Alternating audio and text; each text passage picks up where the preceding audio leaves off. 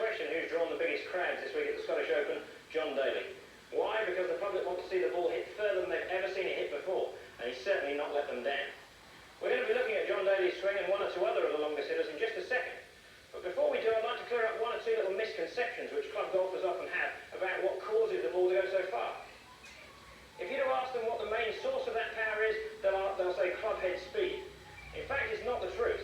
Strike is the most important factor. You must hit the ball solidly out of the centre of the face with a good square club face.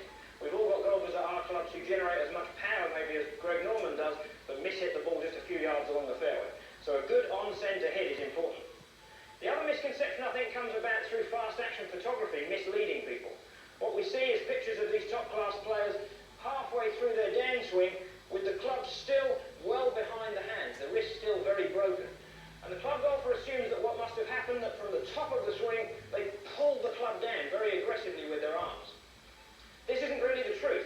What happens from the top is that having coiled up very well into the backswing and retained some of the flex in their right knee, the left side works away, the weight settling back to the left side, the body uncoiling, and it's that turning action that brings the arms down in this fashion. Once the turning has started, finally the release of the hands to accelerate the club through the ball. So don't be misled by those photographs of the late hit position. It's the body uncoiling that causes that position, and that's something that maybe you could do a little work on. Let's have a close look at some of these swings then. Who better to start with than our overnight leader, Peter Mitchell. Well, Peter, we just watched you knock a few drivers away, and very impressive it is too. You're one of the longer hitters, and yet you don't have the physical presence of, say, an Ernie Els or a Wayne Weston, those big, powerful guys. You're more a regular-sized chap. Where does that power come from? Well, for me, I like to feel that the left side starts the downswing, and therefore the body then responds by releasing the right side in a chain reaction, so that I can release my hands through the ball a little bit faster and a little bit quicker. So it's a chain reaction. It's basically a sequence of events from the top of the swing. Yeah, for me, yeah.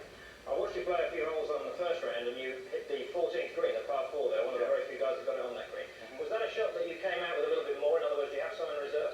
Yeah, I like to feel that I'm playing about 85% most of the time, with my woods, but I do like to feel that I've got maybe 30 yards in reserve when I need it, but it means me hitting the ball with the draw, so it's not the sort of shape that I like to work with all the time.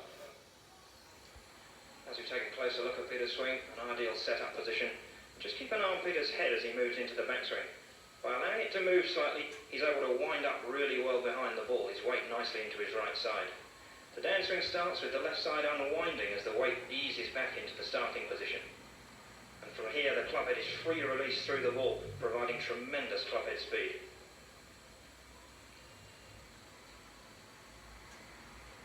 It all looks very easy, doesn't it?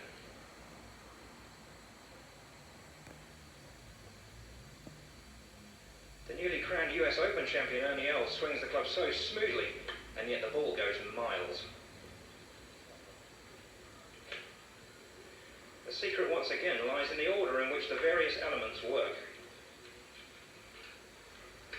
A good setup, and watch how his upper body coils against the resistance of the right knee holding its flex.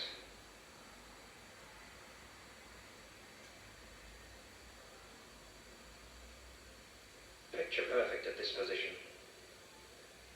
The downswing initiated by the left knee and hip. And now the stored energy is unleashed as the wrists uncock as the body continues to turn into impact.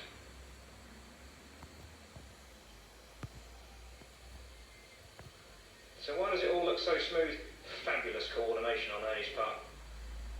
And this man a definite star for the future. But there's only one undisputed king, John Daly.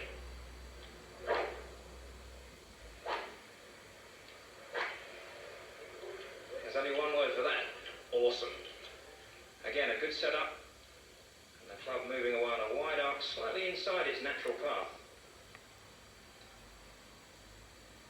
Most of us complete our turn about here, and that's a very orthodox position. John's arms continue to lift, and the shoulders turn through 120 degrees. This is a position all his own. From there, the sequence is a familiar one, the lower body driving as the club starts down from the top. That position just reeks of power. Once again, the body continuing to turn as the club's freely released through the ball. Good extension. and on to a well-balanced finish. People say he's hitting it too hard, but you wouldn't be able to retain your balance that well if that were the case. So there you are, and that's the scorecard of John Daly today, a round of 75. Take a look at the 15th, a disastrous 9. 9-4, 5-4 he finished, all that preceded by a birdie at the 14th. So a real mixed bag from John Daly, not his type of course. And while we're on the subject of distance, there is the 1994 stats. John Daly way out in front, 9 yards, and his average drive at just under